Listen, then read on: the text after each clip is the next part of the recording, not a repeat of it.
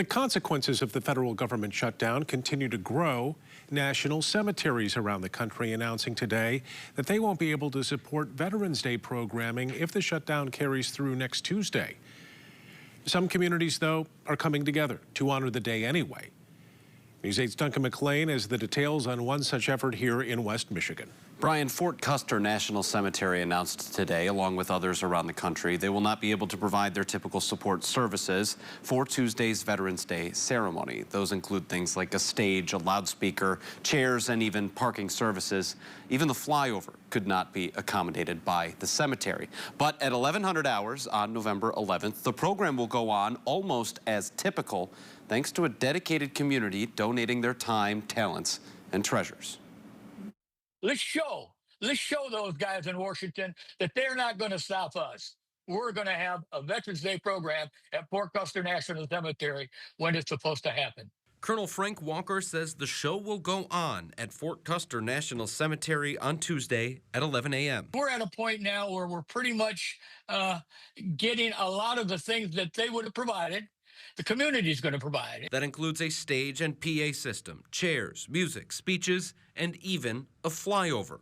The outpouring of support, incredible, but not shocking. It certainly means a lot to me as a fellow veteran, but I would tell you that I didn't expect any less. I've been within this community for 75 years. I grew up in this community. I didn't expect any less. I knew these folks would come together. For those barred from participating, the volunteers are a welcome relief on what will be a difficult day. The men and women that work at Fort Custer National Cemetery, the men and women that work at the VA hospital, those that work at the Federal Center, they all want to be involved. It hurts the director and the folks at Fort Custer National Cemetery to have to step aside and watch us do this. I'll be very honest with you. You know, they're patriots too. We owe our gratitude, not silence. And that's what it would be. It would be silence on Veterans Day.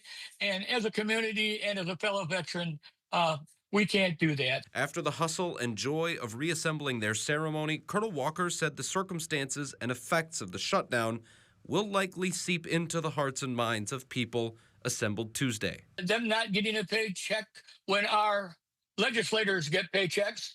Again, I'm not going to get into the political side of it, but to me, you're talking about, in many cases, men and women that have served our nation at war so that we can have the freedoms that we enjoy and be the envy of the world, and we can't pay them, and we're the greatest nation on earth, and that's not a Democratic or a Republican statement, that's an American statement.